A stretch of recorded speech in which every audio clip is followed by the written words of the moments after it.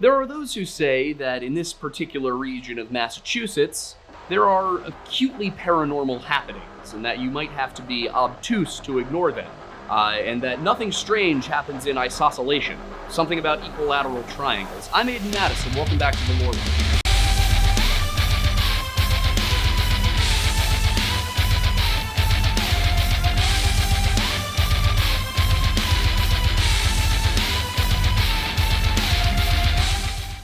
America seems to have a thing for triangles, and specifically, triangles in which strange or unexplainable things happen.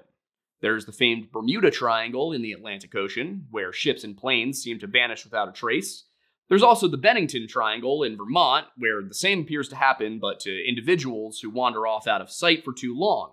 And then there's the Bridgewater Triangle in Massachusetts, which some would argue is the most mysterious of all. Covering a 200 square mile area between the towns of Rehoboth, Freetown, and Rockland, this is a place where self-described cryptozoologist Loren Coleman says that people vanish and creatures like giant snakes, Bigfoot, Thunderbirds, and phantom panthers are seen. In his 1983 book Mysterious America, Coleman laid out a number of examples of these incidents, some dating as far back as the colonial period, while others were as recent as the years immediately preceding the book's publication.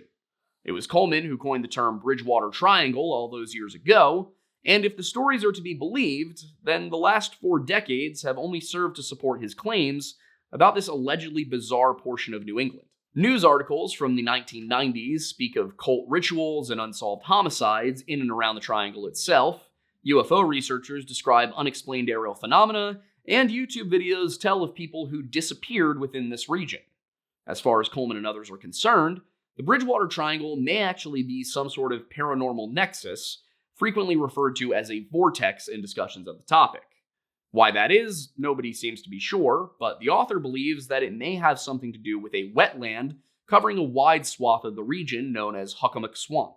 According to Coleman, the word Hockomock means devil or evil spirit in the Algonquian language of the local tribes, and I have some things to say about that in a little bit, but for the most part, he's correct. Though other claims that the name means where the evil spirits dwell don't have much backing. What does have a good amount of evidence is the argument that this place was important to the local Native American tribes. And if we're going to understand the allegedly paranormal nature of this place, then we need to start by explaining who those people were. Because there are those who believe this triangle is the result of a legend known as King Philip's Curse. Now, I will tell you that the history segment in this video is going to be rather girthful and broken into 2 separate chapters.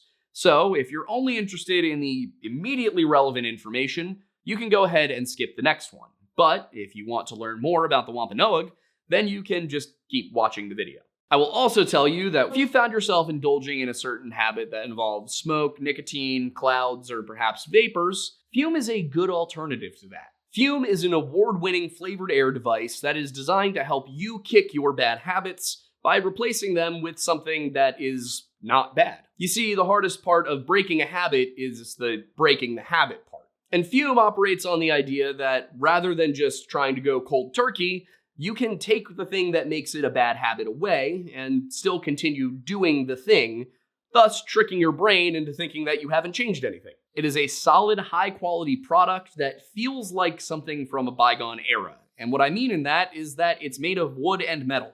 It uses natural flavorings in plant-based fibers, and it's made out of solid wood, and it has these nice little magnetic clicks. And also, it's a nice little piece, you know? It looks very elegant. It's the kind of thing you would have put on your desk if you were an esteemed writer back in the early 20th century. Hemingway would have used one of these. Maybe. And at the end of the day, what fume is a habit replacement tool. So whether you're quitting, swapping, or just looking for something healthier to have when you need something to fidget with, it's probably the best option on the market. And I say that as somebody who has used it myself, as somebody who has friends who have used it, and who all give rave reviews for it. And I know I can see the comments already because we've gotten them before, about the oils and whatnot. The alternative's worse. Habit replacement tool.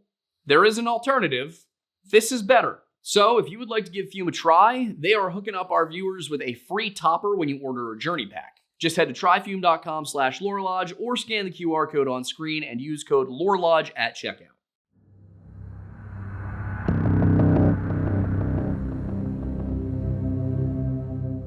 When the Italian explorer Giovanni da Verrazzano sailed into a natural harbor somewhere off the southern coast of what would one day become Massachusetts or potentially Rhode Island, he wrote that he was received by 20 boats full of wary natives.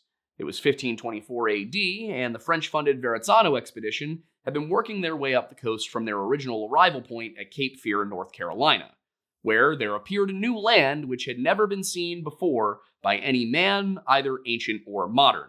There they had met the Cape Fear Indians, which means that the previous sentence probably was referring to Europeans specifically, but in any case, these people at first fled when the French landed a small boat on their shores, which I will say is a reasonable response to seeing Frenchmen even in this day and age. After Verrazzano reassured them with various signs, however, he wrote that some of them came up, showing great delight at seeing us and marveling at our clothes, appearance, and our whiteness. Once it had been established that neither side meant to harm the other, the Cape Fear men showed the explorers a good place to secure their ship and even offered them dinner.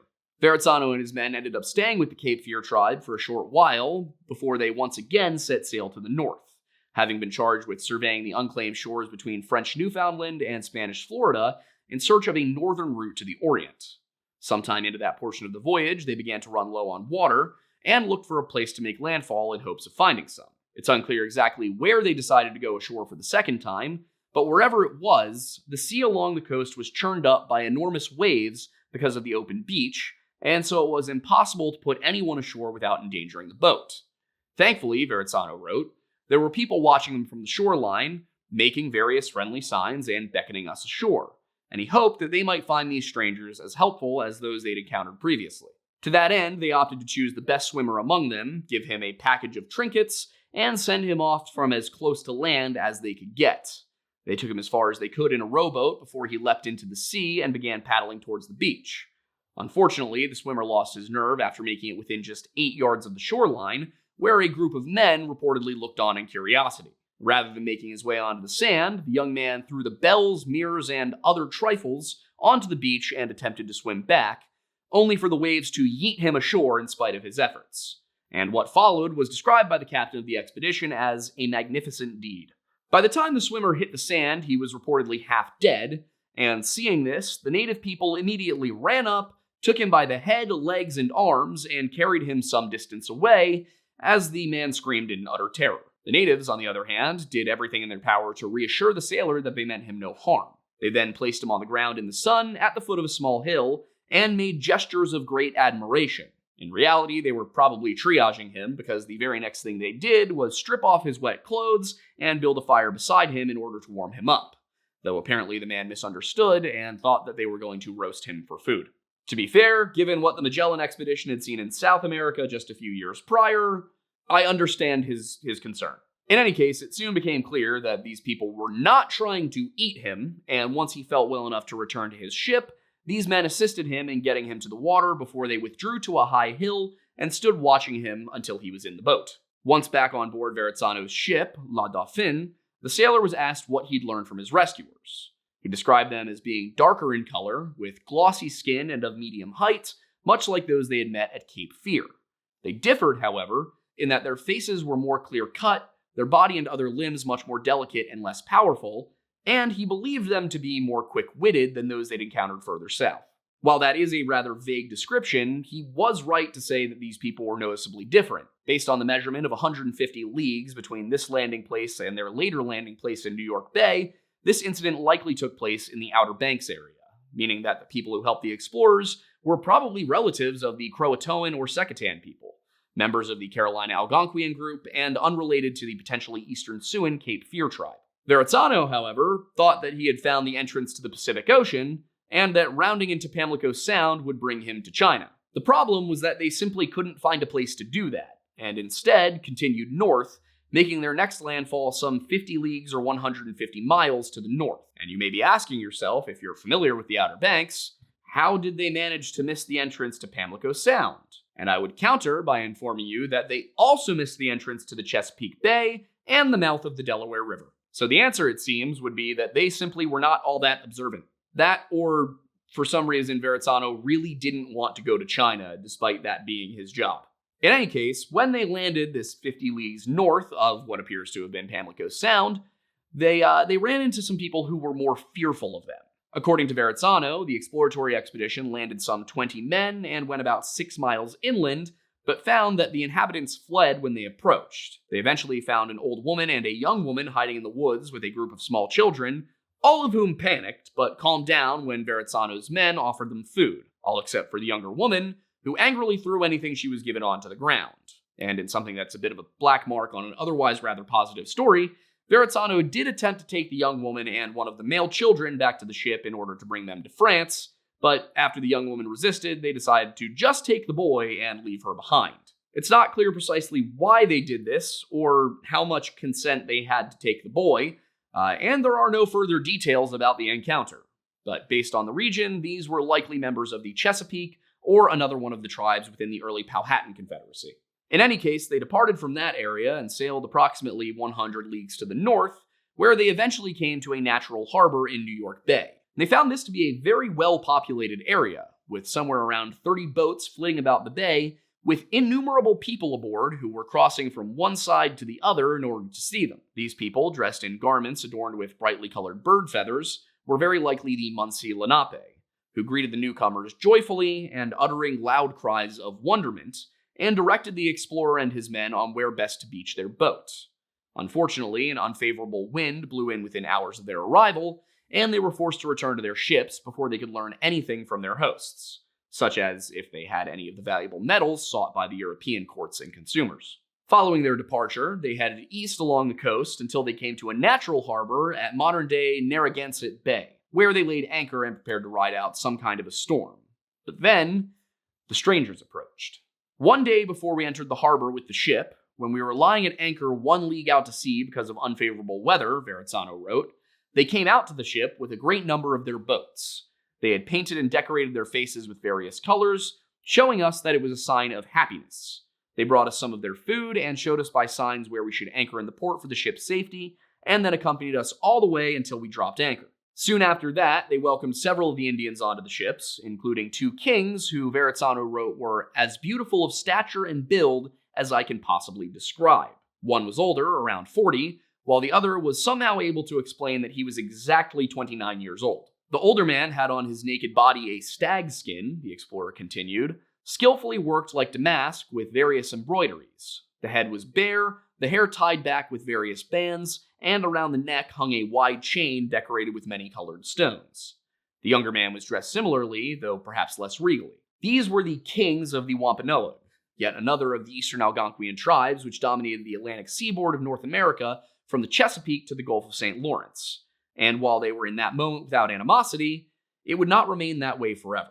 For the 15 days they spent amongst the Wampanoag, however, the French were welcomed as honored guests and took great interest in their new friends. Verrazzano described these people as being the most beautiful and the most civil of all they had met on their voyage, and as being taller than their European visitors, with bronze-colored skin that varied from near whiteness to a more tanned tone.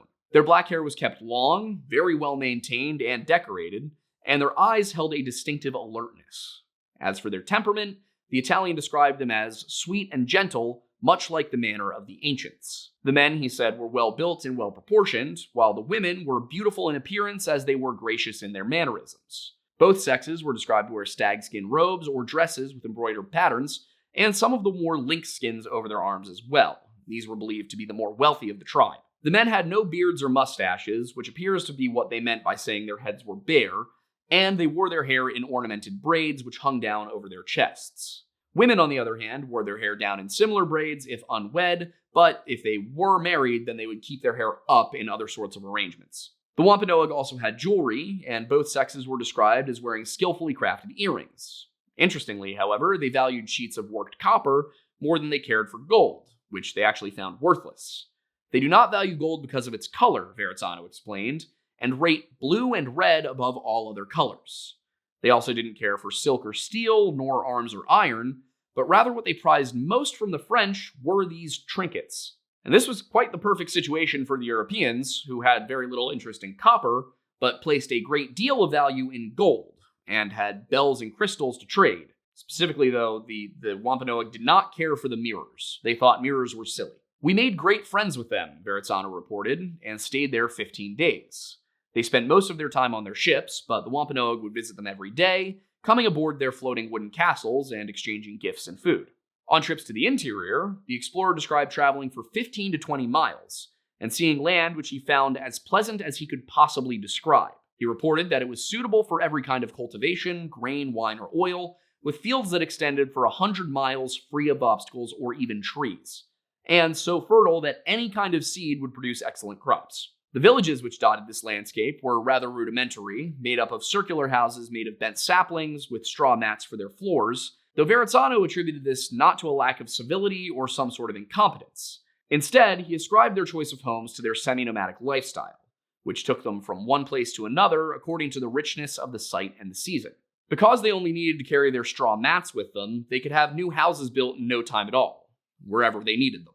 In fact, Verrazzano held that if they had the skilled workmen that we have, they would erect great buildings, and went on to explain that they seemed to be the most advanced of any tribe that he and his crew had yet encountered. Far from being hunter-gatherers, the Wampanoag cultivated a number of beans which formed the core of their diet, well aware of when the best times of year were to sow. They supplemented this with hunting and fishing, and it must have worked well for them because, according to Verrazzano, they lived a long time and rarely got sick. And they knew how to prevent illness from injury by cauterizing wounds. As a result of their diets and their medical practices, they rarely died of anything but old age, and between the lack of illness and their successful methods of agriculture, they had large, healthy families, which often included 25 to 30 people per adult male head of household. Given the opportunity for friendly relations with the French, there could have been an extremely positive cultural exchange.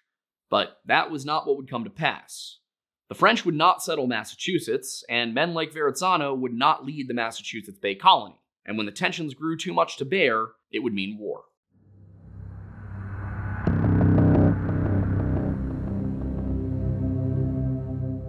According to several accounts of the Bridgewater Triangle and its high strangeness, the region's alleged position as a nexus of the paranormal may be the result of a Native American curse originating from a conflict known as King Philip's War. The first major conflict between the settlers and natives in New England, the war was a result of a combination of factors relating to English colonization of the Massachusetts Bay area. And while relations between the Wampanoag and the English had been relatively friendly since the arrival of the first colonists in 1620, differences in understanding of land rights led to a breakdown between the Massachusetts Bay, Plymouth, and Rhode Island colonies and several of their neighbors. You see, when the English initially set up their colony at Plymouth, the leader of the Wampanoag was a man named Osamequin. I'm doing my best with the pronunciations here. If you know the proper ones and I'm getting it wrong, please tell me.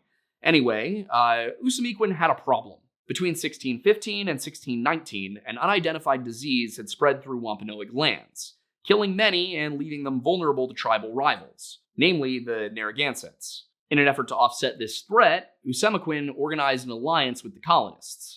And with minimal exceptions, this friendship remained intact for the remainder of his life. When he passed away in 1661, however, his son Wamsutta took over, and things began to deteriorate.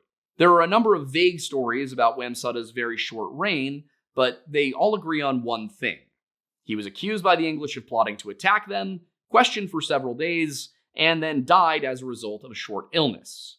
Following this, his brother, Metacomet, also known to the English as Philip, took control of the Wampanoag and their tributary tribes, and was understandably distrustful of the colonists. Beyond his own family's issues, Metacomet inherited a difficult situation as a leader. The English were growing more and more numerous, were actively trying to convert his people to Christianity, and had laid claim to lands his father may not have had the authority to grant them. Despite all of this, Metacomet actually managed to keep the peace for over a decade, until a murder in 1675 pushed tensions beyond his ability to mediate them. The victim was John Sassaman, a member of the Massachusetts tribe who had converted to Christianity as a teenager. He spoke English extremely well, attended Harvard when it was a brand new institution, and went on to serve as an interpreter and mediator between the natives and the settlers. And through this role, as the story goes, he eventually came to learn of a plot by Metacomet to join with his father's old rivals, the Narragansetts, and attack the villages and towns of the Plymouth colony. In January of 1675, Metacomet was called before a court, but due to a lack of evidence against him, the case was dismissed with a warning. Any more whispers of war, and they would have no choice but to confiscate the lands and weapons of the now heavily outnumbered Wampanoag. Shortly after that hearing, John Sassaman went missing, and on January 29, 1675, his body was discovered in Assawampset Pond outside of Middleborough, Massachusetts. While this was initially believed to be an accidental drowning, the discovery that he had a broken neck turned it into a murder investigation, and another Christian Indian by the name of Patuxent came forward to testify that he had seen 3 of Metacomet's men kill Sassaman before dumping him into the pond. 3 Wampanoag men, Tobias, Wampapaquan, and Madashunamo, I'm trying my best here, guys, were arrested, tried, and convicted of the killing, and in June of 1675, the Massachusetts General Court hanged them. While the murder and retribution are widely considered to be the spark which ignited the conflict, it's very likely that war had already become unavoidable. According to Harvard professor of American history Richard Melvoin's New England Outpost, both sides were already mobilizing by the time the verdict came down, and within the month, the first actual skirmish of the war took place in Swansea. The conflict quickly erupted into unprecedented bloodshed between natives and colonists, and over the course of nearly 3 years, there were over 5,000 casualties between the two sides. And with multiple native tribes joining the British side of the war, it also foreshadowed how colonial warfare would look for the next century. King Philip's War, as it came to be known, also saw the creation of the precursor to the United States Army Rangers under Colonel Benjamin Church, and it was his Rangers who tracked Metacomet down, killed him, and put an end to the most violent phase of the war in August of 1676. According to one of the many YouTube videos on this subject, in this case, the mysterious and eerie events that happen inside the Bridgewater Triangle from the UK-based channel Top Fives, it was this moment, when Church's men took Metacomet's life, that the curse of the Bridgewater Triangle came into being. The narrator of that video very confidently asserts that on August 12, 1676, Metacomet was killed by the traitor John Alderton, who was a Native American who converted to Christianity and turned on his own people, and that on his deathbed, King Philip put a curse on the Bridgewater Triangle, vowing that the land would be forever barren and unproductive. The thing is, Metacomet didn't have a deathbed. He was shot and killed at Mount Hope, which not only isn't in the Bridgewater Triangle, but also isn't even in Massachusetts. And in actuality, the Bridgewater Triangle wasn't all that relevant to Metacomet's life. Also, he was killed by John Alderman, not John Alderton, which I know is a very pedantic thing for me to point out, but I feel justified because I could find 0 references to this alleged curse anywhere. What I did find was a line from an 1829 play by John Augustus Stone, wherein Metacomet says, "My curse is on you, white men. May the Great Spirit curse you when he speaks in his war voice from the clouds. Murderers! The last of the Wampanoag's curse be upon you, as he lays dying from his wounds." While I could see that right there being a real quote, or at least something that the man would have said, I don't find it particularly respectable to put words into the mouths of dead Native American warriors just to make a spooky story seem more legitimate. Metacomet was a real person who fought bravely in defense of his beliefs and his way of life, and he deserves more dignity than that. Now, all of that said, there are some more reasonable suggestions about the presence of a Native American curse, and ones that actually come from the locals rather than some random English guy who couldn't point to Massachusetts on a map. The Manchester, Connecticut-based journal Inquirer, for example, notes a legend that a wampum belt was lost in the swamps within the triangle, and that this lost artifact is what curses the land to its paranormal fate. Do I know where they got that idea? No, because the article is behind a paywall, and I've already got enough random subscriptions that I forget about. Is it more reasonable than the very cliché and generally inventive idea of a deliberate Native American curse on land that Metacomet would have hoped his successors would reclaim? Absolutely. But regardless of whether or not Metacomet did actually curse the land, or if any curse exists at all, what really matters is what's said to happen in that weird little pizza slice of Massachusetts, because it's supposedly a lot more than just old bones and the ghosts of bygone battles. According to Loren Coleman, this place has always been strange, since long before Metacomet lived and died, and this is why the swamp covering much of the area was named Hockomock, or Devil's Swamp. Once again, if I am pronouncing that incorrectly, please let me know. I will fix it if it comes up in the future. Anyway, Coleman explains that he learned this from the local natives and confirmed it via a Depression-era Writers' Project Administration guide, the one on Massachusetts, which defines an alternate spelling as evil spirit. And what he meant was that the Federal Writers' Project of the Works Progress Administration had a guide defining it as such, because there was no Writers' Project Administration. But he was correct in saying that the book defined the term as such. He goes on to explain in the following chapter that for thousands of years, the local Indians have recognized the extraordinary character of the Hockomock area, and that the Indians viewed the area as especially sacred and sometimes evil. He also suggests that the question of who exactly the first inhabitants of this area were is a matter of local controversy, which he relates to the presence of Dighton Rock near Grassy Island.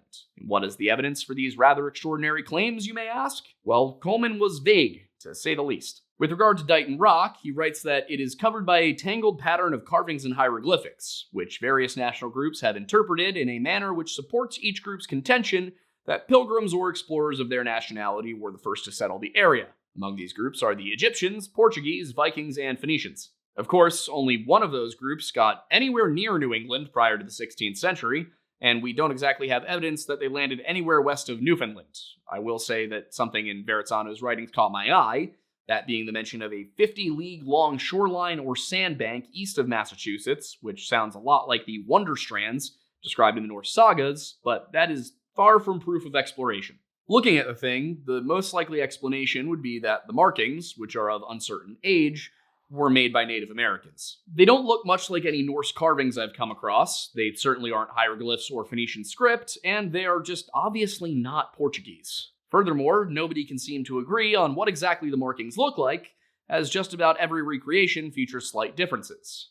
Most of the mystery around it seems to be the result of people trying to fit it into their framework and simply ignoring Occam's razor, and all of it comes from before or during the time of the infancy of the field of archaeology. Ironically, Coleman answers his own question in the paragraph preceding his mention of Dighton Rock, when he notes that several years ago, an expedition of Massachusetts archaeologists discovered an 8,000-year-old Indian burial site on Grassy Island in the Hockomock Swamp. If the Indians were there 8,000 years ago, and hieroglyphs in Phoenician script only developed 4,000 years ago, then the first people there kinda have to have been the Indians. Of course, that's not even the interesting part.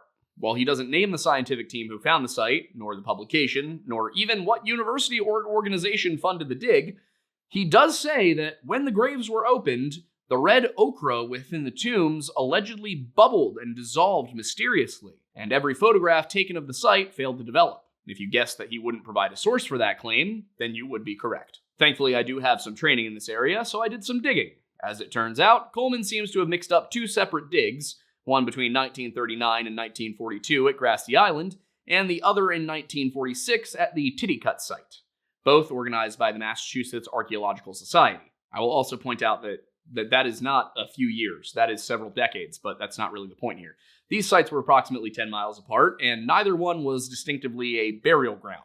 Both showed signs of indigenous habitation going back millennia, until around the 18th century, which would be around the time that the last natives were driven from the area. But of course, what we're actually interested in are the claims that they opened up burial sites there and found bubbling red ochre, and that no photographs could be developed. Now, I couldn't find anything whatsoever about the photographs, but the Bulletin of the Massachusetts Archaeological Society from the year 1947 does mention the red ochre. No bubbling was mentioned, but when deoxygenated water containing the iron-oxidizing bacteria that create red ochre are exposed to oxygen, the bacteria start to convert dissolved iron into an insoluble reddish-brown gelatinous slime. Organic material dissolved in water, such as a swamp, is one cause of iron-oxidizing bacterial growth, and digging can expose deoxygenated water below the surface to oxygen, so if there was bubbling, then it would actually have been expected rather than unexplained. Feel free to correct the finer points of that in the comments, but I'm not a biochemist, so I'm doing my best based on what I found online. Now, at this point, you may be wondering what any of this has to do with the evil spirits of Hockomock Swamp. And to be honest with you, so am I. Because despite every single piece of popular media I can find mentioning this as an important feature of the triangle, literally none of them explain why that is. It's all just vague stuff about Native American curses and legends without even a crumb of a citation. Even the Hockomock aspect, with the name meaning devil or evil spirit, doesn't seem to be rooted in any observable reality. I read through several scholarly articles which mention the topic, and nobody could really agree on what this term meant beyond referring to some kind of deity or spirit. And even then, precisely what or who this spirit is a matter of debate. William S. Simmons wrote in 1981 that Hobbamook, which is apparently where Hockomock came from, was said to enter certain persons and to remain in their bodies as a guardian and familiar, but also that Hobbamook seems to have been a collective term for the disembodied souls of the dead, both Indian and English. Edward J. Lennox, however, citing Simmons in 2010, argued that Hobbamook, a principal Algonquian deity, appeared to Indians in visions and dreams, and at night in woods and swamps in the shape of humans, animals, inanimate objects, and mythical creatures. And that actually does kind of bring the swamp thing in there. Maybe this is a swamp where people went to commune with Hobomuk, if that was something that you would do.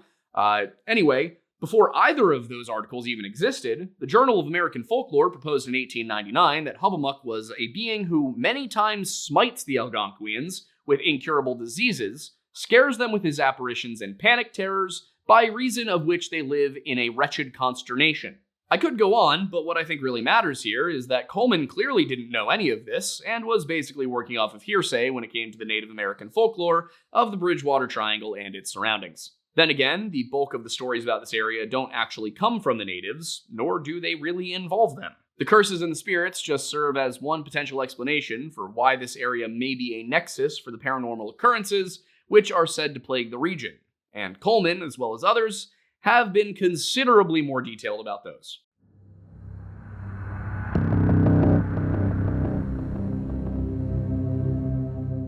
One of the most intriguing aspects of the Bridgewater Triangle mythos is one which is related to the other two famous triangles, which start with a B, that being the disappearances. Now, so far as I can tell, despite Coleman explicitly saying that there have been multiple unexplained disappearances in the Bridgewater Triangle, he never actually names any in the book.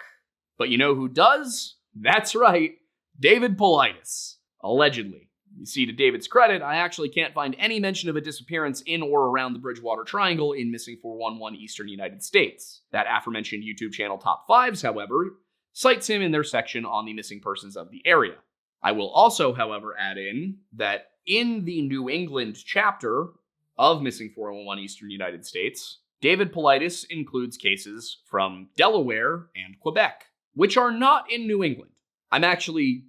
My mind has been boggled by the inclusion of Delaware in New England, considering that neither Pennsylvania nor New Jersey nor New York were included in that section. I mean, I guess you could suggest that it's more to do with where the Lenape and their relatives were, except for the part where there were Lenape and their relatives in Pennsylvania, New Jersey, and New York. But anyway, we're supposed to be talking about missing persons in the Bridgewater Triangle, the first of which is Herbert Whitten, who is said to have completely vanished off the face of the earth while walking his dog in 1974. The dog was found, but the man was never seen again. Another of these disappearances occurred in 1997, when a small plane crashed in Hockomock Swamp, and the pilot was never found. Then there was the 2008 disappearance of Melissa Carey, who was last seen hiking in the swamp before she vanished without a trace. According to the video, an extensive search was conducted, but she was never found. So what do all of these cases have in common? That's right. There is absolutely no evidence that any of them ever actually happened. Zero documentation whatsoever. No newspaper articles, no social media posts, nothing. I even checked some Bridgewater area Facebook groups, and all people had to say was that they couldn't recall any of this happening. The one case mentioned in the video for which I actually could find evidence was that of 12-year-old Andrew Amato in 1978, who the narrator of the Top 5's video claims went for a bike ride in the Bridgewater Triangle but never returned. Problem is that Andrew Amato was 4 years old, was not riding a bike, and was not anywhere near the Bridgewater Triangle. He was actually over 30 miles away in Webster, and vanished while playing with his sister and cousin in the woods behind his home. I have no idea how they messed that one up so badly, but the worst part is that there actually was a child who disappeared while riding her bike in the Bridgewater Triangle in 1978, and they didn't even mention her. She was Mary Lou Arruda, and her story is both incredibly tragic and deeply concerning in terms of how it was handled by police. According to the Boston Globe, 15-year-old Mary Lou was last seen on September 8, 1978. She and her brother had left school on the bus, but before going home, Mary Lou walked to her friend Josie Oliveri's house on Dean Street to pick up her bike. She was last seen around 4 p.m. on that afternoon, riding back to her home on nearby Church Street, but at 4:30 p.m., a newspaper delivery boy found the bike in the bushes on the side of the road. He brought the bike to the Arrudas, who immediately called the police. Law enforcement and community members searched for her for 2 months before 2 teenage boys found her remains in Freetown State Forest, 7 miles from where she disappeared. She was bound to a tree, fully clothed, and the police believed that she had been placed there while still alive. This was actually the second such murder in 2 years, with the other being that of 15-year-old Deborah Ann Kello of Dartmouth. Law enforcement reported that her hands were also bound when her body was discovered, but that any connection between the cases was purely speculative. Shockingly, I found no newspaper articles about Deborah herself, but her Find a Grave page does have some information. According to that page, her remains were encircled 4 times with a clothesline and tied with unusual knots. Her cause of death was ruled to be a fractured skull and ruled to be homicide, but nobody was ever convicted. In Mary Lou's case, there was eventually a conviction, that of James Cater, but the case had to be retried 4 times because he kept getting his convictions overturned by the state Supreme Court. Cater maintained his innocence until his death in prison in 2016, though he did admit to the 1967 abduction and assault of a 13-year-old girl from Boxborough.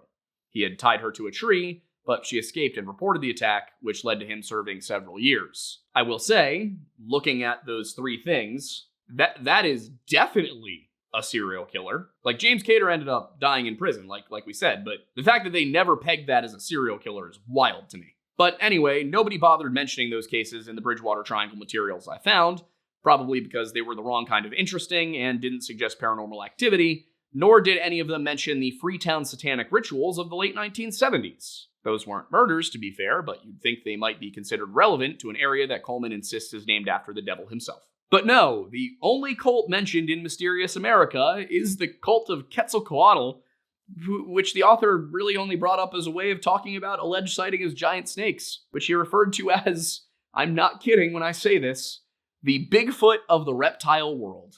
Because of course he did. According to Coleman, huge mystery snakes have been sighted before in the Hockomock region. He mentioned one specific 1939 case in which construction workers spotted one as large around and black as a stovepipe, which coiled for a moment, raised its spade-like head, and disappeared into the swamp.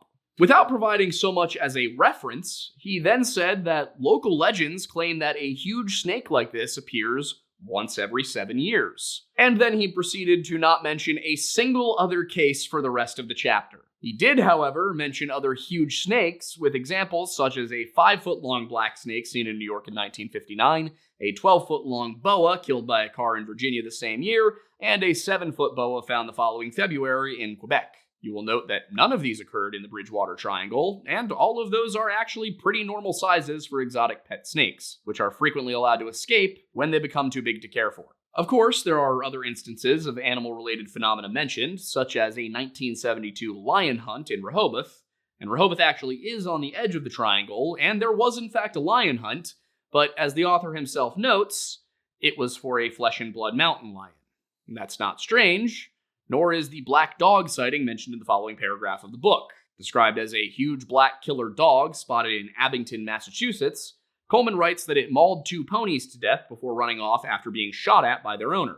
The last time it was seen, he said, was when a police officer shot at it near some railroad tracks, after which it merely turned away and walked off slowly in the other direction, and perhaps into another dimension. Sounds spooky, except for the part where the Boston Globe reported that witnesses described it as a German Shepherd Doberman mix. It would be very impressive for a dog to kill 2 adult ponies, of course, but as the paper explained, they were tethered to a tree at the time and unable to escape or properly defend themselves.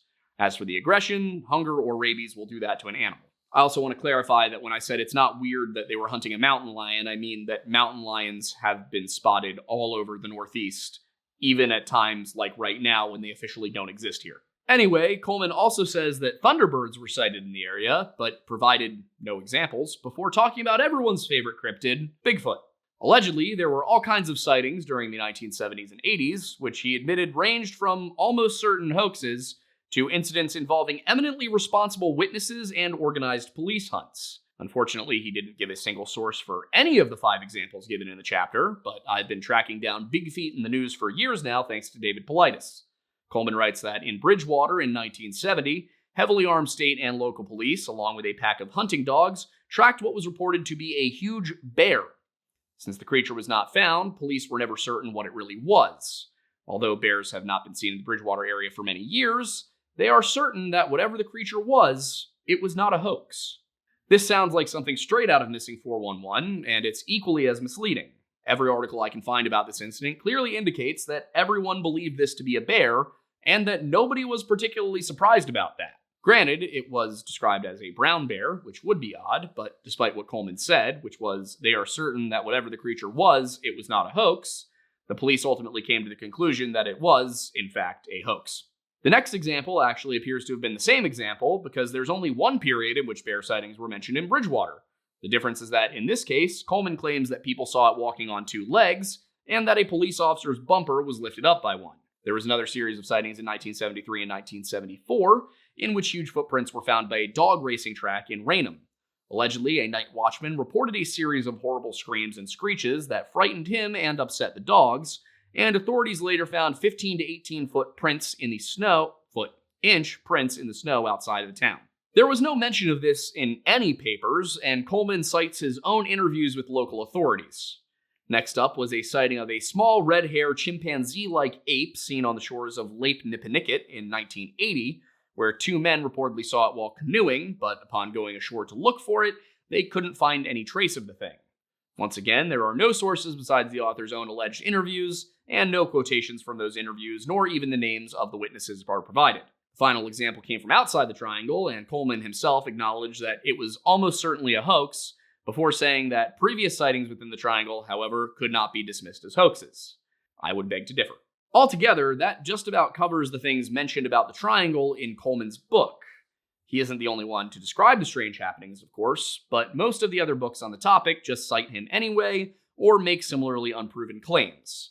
And I just can't get my hands on a copy of the only book that I found that doesn't use him as a primary source. The Top 5s video does mention a few more, however, so let's run through those.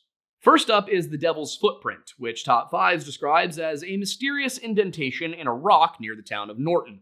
Norton, of course, is not actually within the triangle, but I guess 3 miles is close enough, so we'll roll with it. The video goes on to explain that the alleged footprint is around 16 inches long and 8 inches wide, and is located close to a cemetery.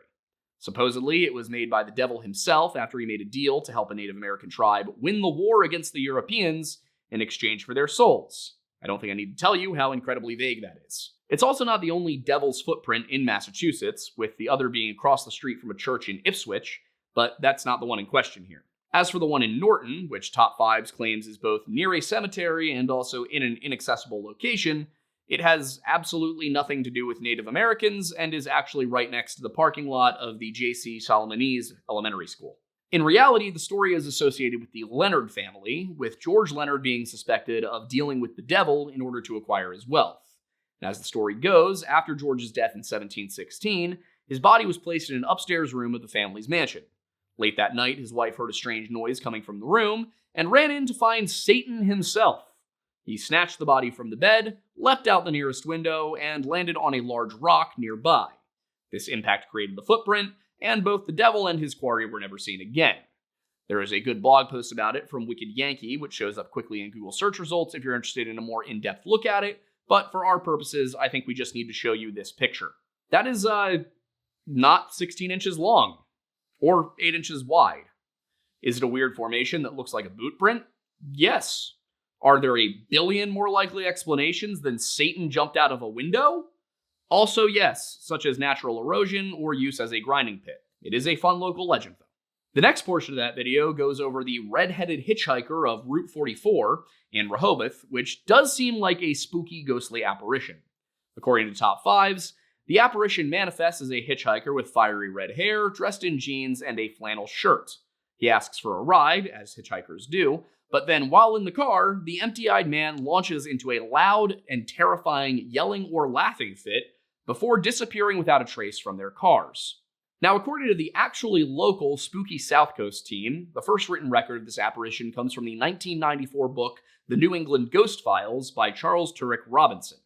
I haven't read the book myself, though I would have if there were an ebook version, but Spooky South Coast says that it describes several encounters reported by witnesses of the ghostly hitchhiker, all of which follow along that same line. Honestly, I like this one. I can't really express why. The others are just also obviously contrived, whereas this is just a good old-fashioned ghost story. I could buy this one. I could buy that people have seen this. Now, of course, did you think we were done with the Native American stuff? Of course not. There is still Profile Rock, which is not the rock shown in the video by Top 5s at all, but hey, why expect them to do the bare minimum, right? The one they show is actually the Old Man of the Mountain in Franconia, New Hampshire, but that is not the point. This job is making me very cynical, but it's fine. In any case, the video claims that, according to local legends, the face is the spirit of Massasoit, a Wampanoag chief who played a crucial role in the early days of the Plymouth colony. Massasoit was actually a title meaning Great Sachem, or Sachem, Sachem? Sachem? Again, like I said, I'm trying my best. Please correct me. I'm begging you to correct me. Anyway, the point here is that Massasoit was the improper name for Osamequin, and it seems like this part actually may be rooted in some truth. But the next part won't be. Visitors to Freetown Fall River State Forest, where Profile Rock is located, the British narrator, who can't be bothered to learn anything about this topic, continues, have long reported strange occurrences, such as eerie lights, ghostly apparitions, and even Bigfoot sightings. And many believe these supernatural events are connected to the mysterious face on the rock. Now, it is true that there's lots of claims about UFO and Bigfoot sightings floating around, but the many believe these supernatural events are connected to the mysterious face on the rock part is simply more of the same, spooky Native American mysticism nonsense as King Philip's curse. In reality, it was a sacred site for the Wampanoag because it was symbolic of their last great chieftain. The rock broke into pieces in 2019, though this is believed to have been due to natural erosion rather than vandalism. I am genuinely not even sure where they come up with the idea that this rock is believed to be responsible for any supernatural occurrences, because the locals don't seem to hold that opinion as far as I can tell. Now, as for Anawan Rock, the same can't really be said. There is definitely a local belief that the rock may be haunted, though not for any unrealistic reason. This rock is where the Wampanoag surrendered to the English at the end of King Philip's War after being defeated in a last stand. As far as what the video claims, however, well, they argue that visitors have reported strange occurrences and ghostly sightings in the area, believed to be the spirits of Native American warriors. Some have even claimed to witness reenactments of the final battle between the Wampanoag and their English colonists, complete with the sounds of war cries and musket fire. Unexplained lights have also been seen around Anawan Rock, with some speculating that they could be the spirits of the tribe or even extraterrestrial in origin. You may be wondering if there are any local sources agreeing with that description. Spooky South Coast does have an article in which a local resident claims to have seen an apparition of a fire at the base of the rock, but no stories of ghostly warbands or lights in the sky, at least not from anyone who didn't stand to profit from their story about it. Again, maybe I'm being too cynical, but I am frustrated by sensationalism for a number of reasons. It devalues actual investigation into the paranormal and often exploits not only the reader, but also the subject of the story. There are a few more legends from the Bridgewater Triangle, but at this point, I think it's time to call a spade a spade. Much like the Bennington Triangle, the reality is that most of the unexplained phenomena here are lacking in context, misrepresentations, or just outright fabrications. I don't like saying that, because I genuinely do want to believe that there's mysteries out there which we haven't yet solved, or may be beyond our understanding entirely, but at a certain point, it becomes exploitative. I don't think there's anything wrong with the locals using these legends as a way to entice tourists, or to have fun with their little corner of America, but when I see random British channels with 3.5 million subscribers outright inventing things for the sake of getting a few views, it rubs me the wrong way. The topics of paranormal research, true crime, and unsolved mysteries have millions of people who are genuinely interested in learning about them. You don't need to lie in order to cover them. I know that that's probably not the conclusion you wanted me to come to with this video, because let's be honest, it's a lot less fun than Haunted Triangle, but sadly, it seems like maybe only trapezoids are truly haunted. Now, if despite our little bit of cynicism on this one, you would still like to support what we do here at the Lore Lodge, you can go subscribe to us over on Patreon for just $1 a month. It comes with some exclusive content, and then at the higher tiers, you get some nice little prizes, mugs and hoodies and whatnot. We also have been posting scripts up there. I need to get better about it, but there are several up. You can also support us by buying our coffee from Tableau Roasting Company. That is a link in the description. It's called Mount Pocono Perk. I designed it myself. I didn't pick it off the store shelf. I was a barista for many years. It's very tasty. And if you're feeling like you would like to sit inside of our skin, you can do so by going to bunkerbranding.com, scrolling down to the Lore Lodge section, and buying our shirts and hoodies. Now, if you're looking to get more Lodge, you can do that by checking out our other shows, such as History Unhinged or The Weird Bible, or my channel, Aiden Mattis, where we do streams on Friday nights, usually of video games. The best place to get notifications about all of these things is through our Discord, which is at bit.ly/jointhelodge, or you can use the link in our description to get there. We also have our live show, which is Monday nights at 7 p.m. Eastern. That's a bit more of a discussion format. We get a little silly at times. A couple of weeks ago, we read the Message translation of the Bible in a Donald Trump impersonation to our mayor to give you an idea of what that show is like. With all of that said, I'm Aiden Mattis, and thank you for stopping by the Loren Couch.